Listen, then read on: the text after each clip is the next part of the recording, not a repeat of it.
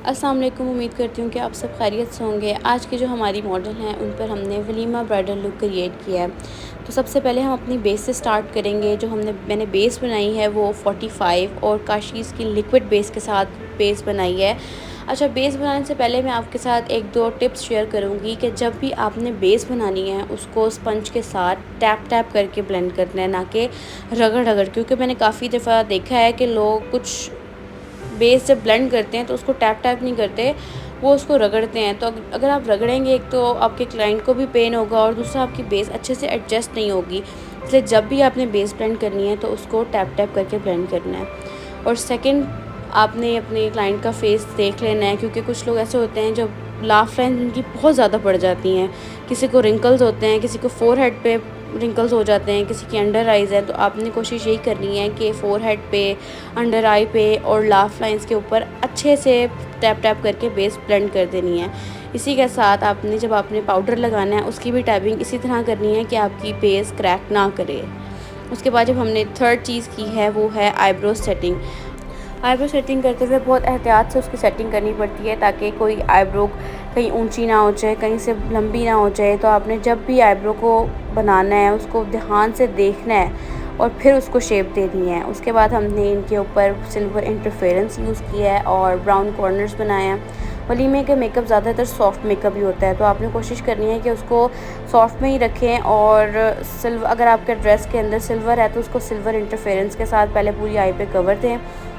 उसके बाद आपने ब्राउन कॉर्नर्स बना लेने हैं, और ब्राउन कॉर्नर्स वो वाले करने हैं जो लाइट हो, डार्क में नहीं जाना, क्योंकि वलीमे का मेकअप ज़्यादातर सॉफ्ट होता है।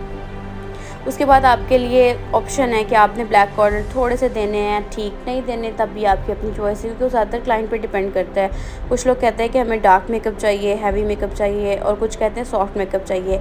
तो सॉफ्ट के अकॉर्डिंग यही है कि आपने अगर ब्लैक कॉर्नर नहीं देने और अगर देने हैं तो दे दें, बट सॉफ्ट में ब्लैक कॉर्नर नहीं देने। उसके बाद मैंने ये ग्लिटर अप्लाई किया है। और कंटूरिंग करते हुए भी आपने उसका बहुत ख़्याल करना पड़ता है कि अगर आपके क्लाइंट का फेस मोटा है तो उसको किस तरीके से कंटूर करेंगे, अगर पतला है तो उसको किस तरह। देखें, डिफरेंट वेज़ होते हैं। जिनका मुंह मोटा होता है उनके मुंह को पतला करना पड़ता है, और जिनका पतला होता है उनको थोड़ा सा मोटा करना पड़ता है। तो इन सब चीज़ों का आपने बहुत ख़्याल रखना है। और इसके बाद मैंने आईलैश अप्लाई किया है। आईलैश में एक आपको सबसे अच्छी ट्रिक मैं आपको ये दूंगी कि जब भी आपने अपनी ब्राइड की आईलैश लगानी है तो सबसे पहले आपने अपनी आई पे बिल्कुल बारीक सा लाइनर लगा लेना है, और उसके बाद आपने अपनी आई के कॉर्नर पे और फ्रंट कॉर्नर और बैक कॉर्नर दोनों पे अपनी जो गम है उसको लगा के इसको छोड़ देना है। जब वो ड्राई हो जाएगी उसके बाद अपनी आईलैश पे भी गम लगानी है, और फिर आपने उसको अपनी आई पे रख के उसको एडजस्ट कर देना है। और फिर लाइनर की अपनी अपनी चॉइस होती है, विंग लाइनर लगाना है, फिश लाइनर लगाना है, जिस भी तरह का वो आप अपनी क्लाइंट की आई के अकॉर्डिंग देख के लगाएंगे। इसके बाद मैंने हाइलाइटर अप्लाई किया। हाइलाइटर को ज़्यादा अप्लाई किया करें, क्योंकि हाइलाइटर से ही आपके मेकअप का ग्लो आता है।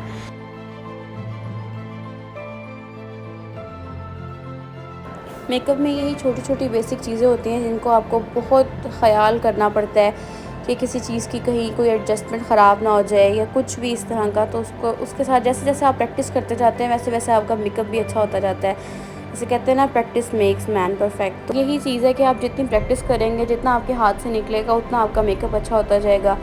इसके बाद मैंने अपनी लिपस्टिक अप्लाई की है, और होप सो आपको मेरी वीडियो पसंद आई होगी। इसको लाइक, सब्सक्राइब और शेयर करना ना भूलिएगा। अल्लाह हाफ़िज़।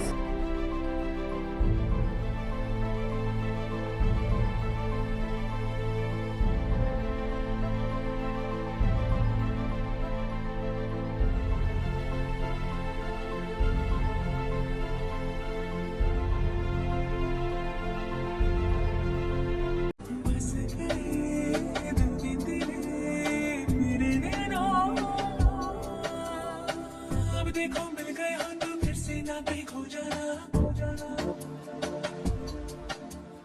आंखों में ही बुलाया तुम्हें। तुम जो आए जिंदगी में बात बन गई, इश्क मजहब इश्क मेरी जात बन गई।